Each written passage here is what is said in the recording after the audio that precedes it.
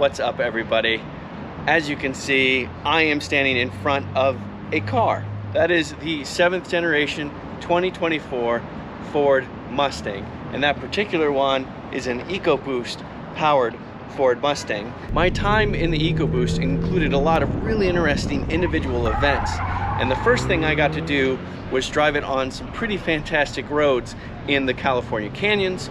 So let me cut to that right now to introduce the 2024 Mustang EcoBoost. This is a 2024 Ford Mustang, a 7th generation Ford Mustang that is on its 2nd generation of having an independent rear suspension. This particular Mustang is a 2.3 liter EcoBoost powered Mustang. So it has 315 horsepower, 350 pound-feet of torque, and the one and only transmission is a 10-speed automatic.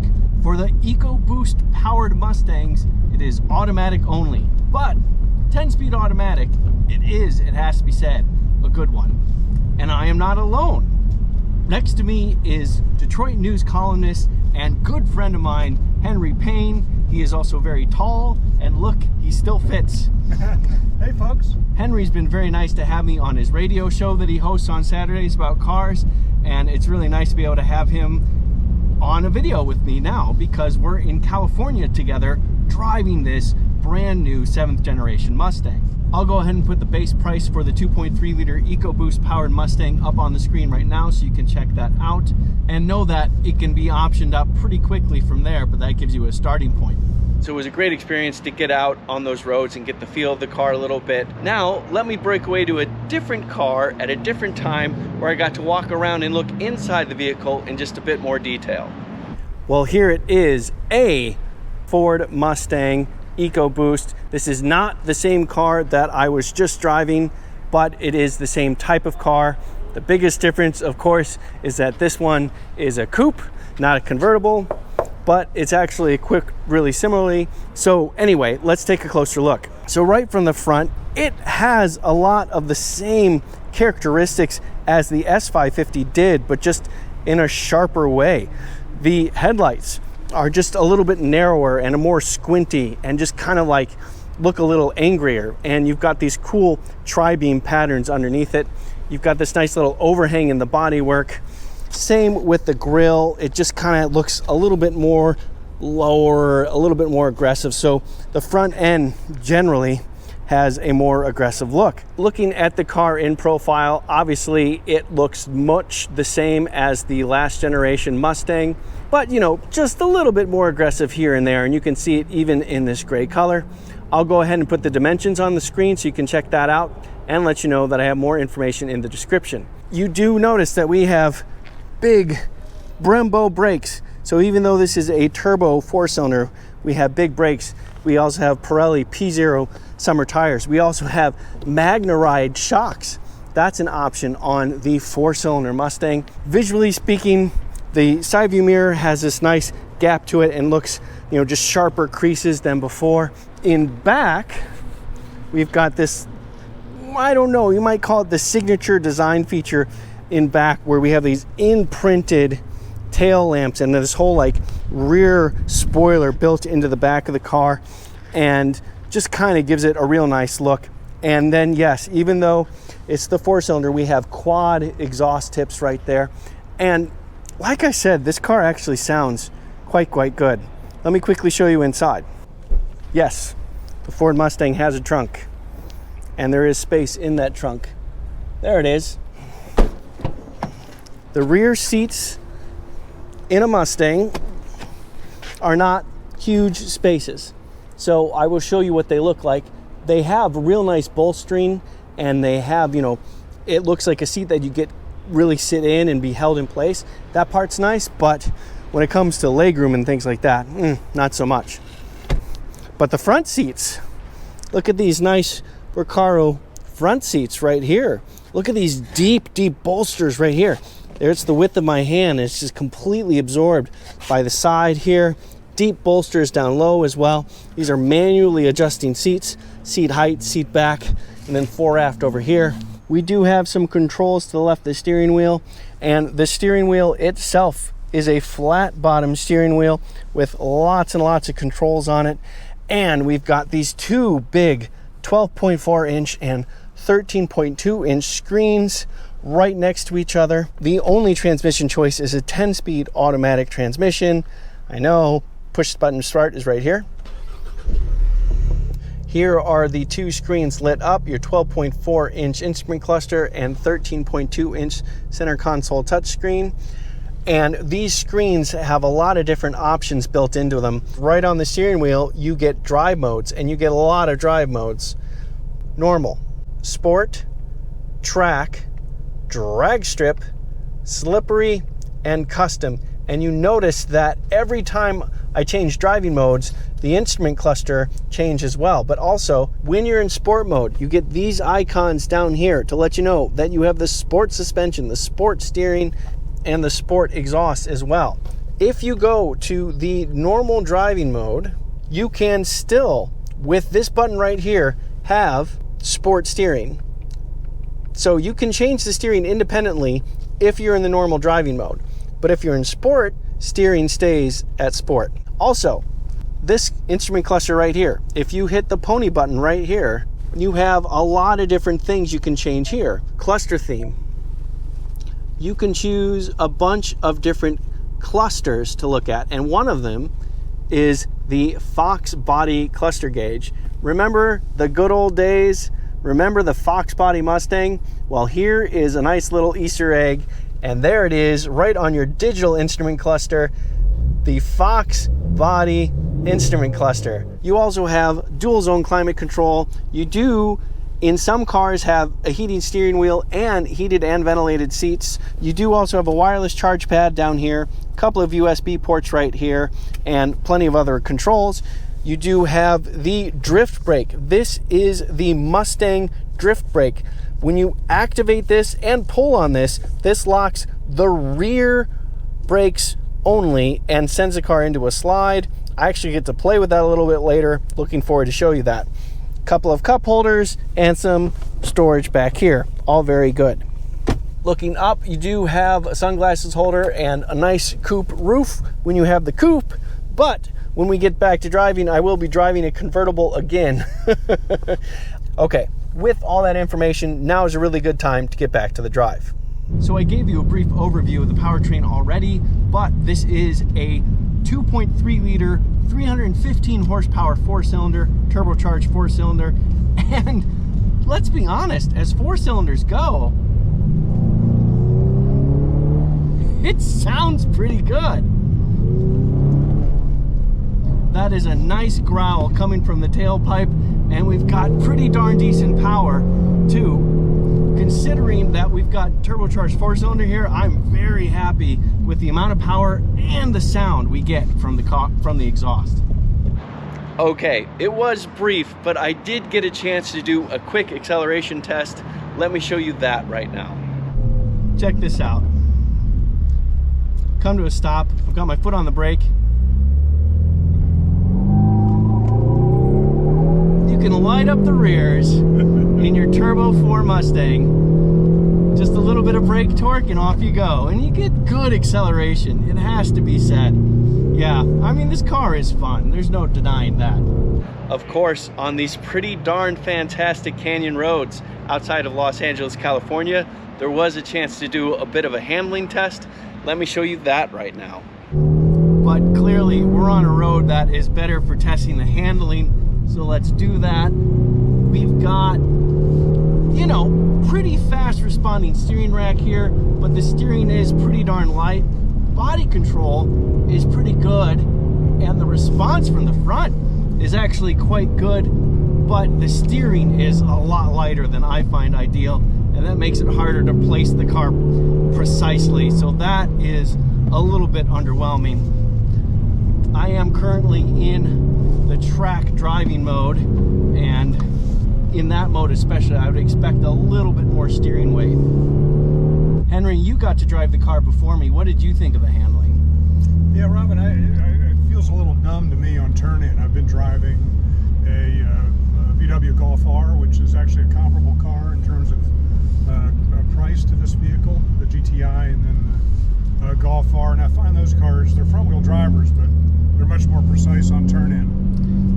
Yeah, I agree with that. Yeah, once you're turned in, then it feels really nice. You know, it's a rear-wheel drive car, so you got nice control. Yeah. Over the rear end. It's just that initial turn in is a little uncertain. Yeah. But the brakes are sharp. There's very little compliance in the brakes, and it's responsive. The throttle's nice and responsive, and the front end is pretty responsive. It's just not as precise as you'd like, and just as you're saying, it makes it feel a little numb, especially as you're turning in. You want just a little bit more feedback to get a sense of how much more steering you need to give it to get to the apex. And there's a lot to be said, I think, Robin, for this 2.3 engine. I mean, not only is the engine note great, but we're on really tight roads here, and the fact that this front end is so light compared to the GT, I think it's a much more nimble car on roads like this. Nimble is a really good word for it, Henry. That's exactly right. And the growl too, you know, I'll take that growl. Yeah, gotta have that in a muscle car. The amount of performance you get in even the base level car is getting pretty darn impressive, I have to say. Okay, hello from the future. So I was just talking about how the car has a lot of positive attributes. The steering feels a little light. Well, turns out there is a big difference between the coupe and the convertible tuning. Even if you get the performance pack with the nicer tires and the magnetite suspension and all these different things, the convertible has a very different tune to the coupe. And if you're really going aggressive and driving on some nice roads, you're gonna feel that. So if you go to the sport mode or the track mode in the coupe version of the Mustang, the steering firms way up. It's a lot more precise and it's very different. And I'll show you that firsthand in the Ecoboost when we get to the Autocross. But this is Robin from the future, knowing that the coupe drives a lot different than the convertible. All right, time for a quick Autocross. Let's see how it goes.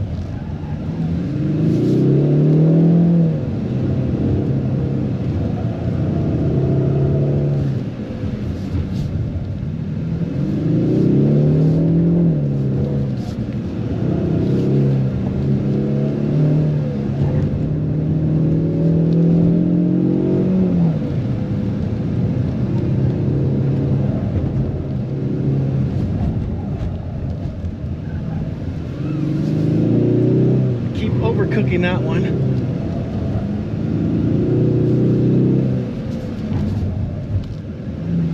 Ah.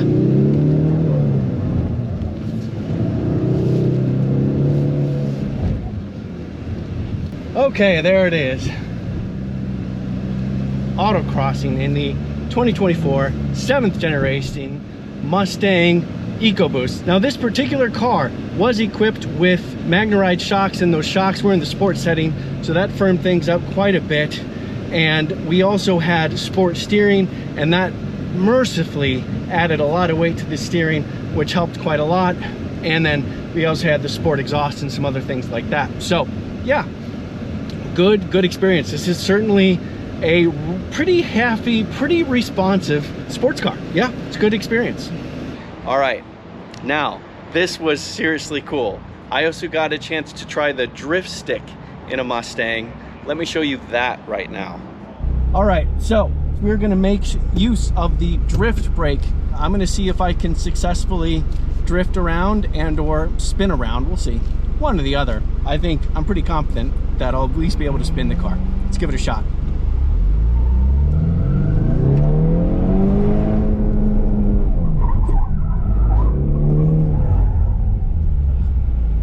Try it again.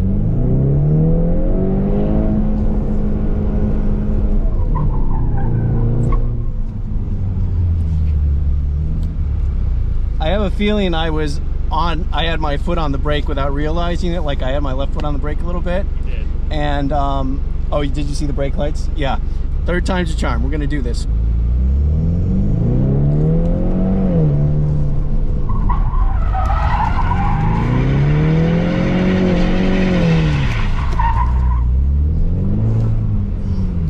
All right, let's see if we can get this. I got the car to spin. This drift brake is definitely something, but it's something to get used to as well.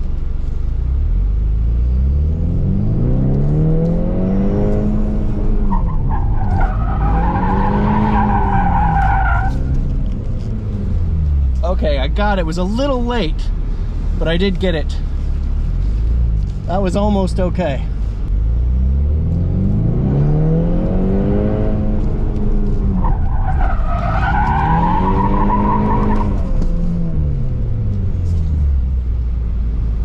That felt pretty okay. This is Chelsea. Chelsea was the one giving me the coaching, getting my left foot off the brake. This is not a road race. I had to remind myself of that many times over. But Chelsea, thank you so much. It was cool. It was a cool experience. That last time, I felt like I finally got a sense of it. Your timing was perfect on the last one. And Chelsea, you're with RTR, yep. Von Gittin Jr.'s company, to put this stuff together, and you're a Formula Drift guy yourself, right? Yeah, absolutely. We actually are the ones that designed the drift brake, so it's really cool to see it in action. Yeah, by amateurs. No, but that's what it's designed, obviously. We want to grow our sport in motorsports and drifting. Yeah. This is a way to get it into a consumer's hand and have some people smile about it. Yeah, well, Chelsea, thank you so much. It was a lot of fun. No worries. Good job. All right. Time for a quick stint on the interstate in this convertible top Ford Mustang. The ride is pretty darn pleasant, considering that it's a sports car with sports car proportions and sports car suspension tuning. And for a convertible top, the wind noise is more or less what you'd expect. This is a soft top, and we are letting a fair amount of wind noise and general road noise in here, but it's tolerable. It's certainly not bad, and you then have the opportunity to have the convertible top open at other times, so you have that. This does have adaptive cruise control and lane keeping assist and stuff like that, so I'm going to briefly turn that on. Okay, cruise control is set. We've got it at 70 miles an hour to go with traffic, and I do have lane keep assist on, and we're going through a subtle curve now, so I'll take my hands off the wheel, and it's okay.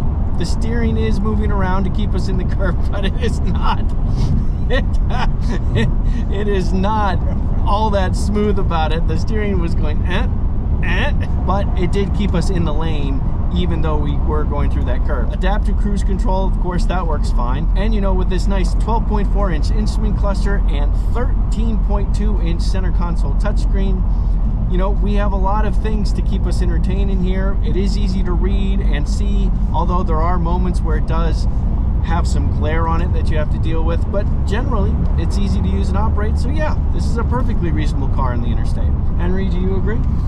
Yeah, it's good. I'm a big fan of adaptive cruise control. It's nice to have in a sports car. You don't get that in a Corvette, so nice to have adaptive cruise control to there you go. Keep you out of trouble in a Mustang. Win for a Mustang. So yeah, it was a wonderful experience to get to try. I think it was 4 different EcoBoost powered Mustangs in these 4 different situations. Really get to experience the drift stick, autocross the car a little bit, drive some fantastic canyon roads. So let me cut back to the original one and give you my final thoughts. What do you think, Henry? What do you think of this car? What is your first impression? It's a very sexy car, Robin. I mean, you know, muscle cars should be fun. You walk up to this car, it's bright blue. It's a convertible, so you can put the top down and just take it easy, you know, on a hot day like we have out here in LA today. Or you can come out here to the canyon roads of LA and have fun, push the car a little bit, and not really get yourself in trouble, because this 2.3 engine is so easy to drive. So to me, it's the proper muscle car package. I agree with that, and I think that this is a great way. Styling wise, it definitely fits the bill of being a sexier, more sinister looking sports car. It definitely gives off the right vibes in the way it looks, in the way it feels, in the way it sounds. And this is a good starting point for someone that wants to venture into the sports car world a little bit, you know. But it's not quite 100% sports car. So this is, I think, the right car for someone that wants to be a little bit more economical, not go all into the Mustang culture, but get a taste of it. I think this is a great car for that. Yeah, and I think that's why it sold so well over the last decade, is because it looks good. This car looks even better because there were complaints that it looked a little too Ford Fusion in front. This car takes care of that. This is a sinister looking car in your rear view mirror, and so it's got the looks, but at the same time it's not so expensive and high powered that you can't just use it as a daily driver with the top down on Woodward Avenue. Yeah, Henry, I couldn't agree more with that as well put. I'm Robin Warner. Thank you for watching. And if you like this video, please let me know by giving it a thumbs up. Doing so helps me out a lot, and I really appreciate it. Also, if you're interested in sports cars, I have driven the Porsche 718, and that car was definitely a lot of fun. It is a little bit more expensive, but if we're talking about fun to drive, that thing is kind of hard to beat. And from there, I reviewed a whole bunch of stuff by now. Something's going to pop up on the screen next to me.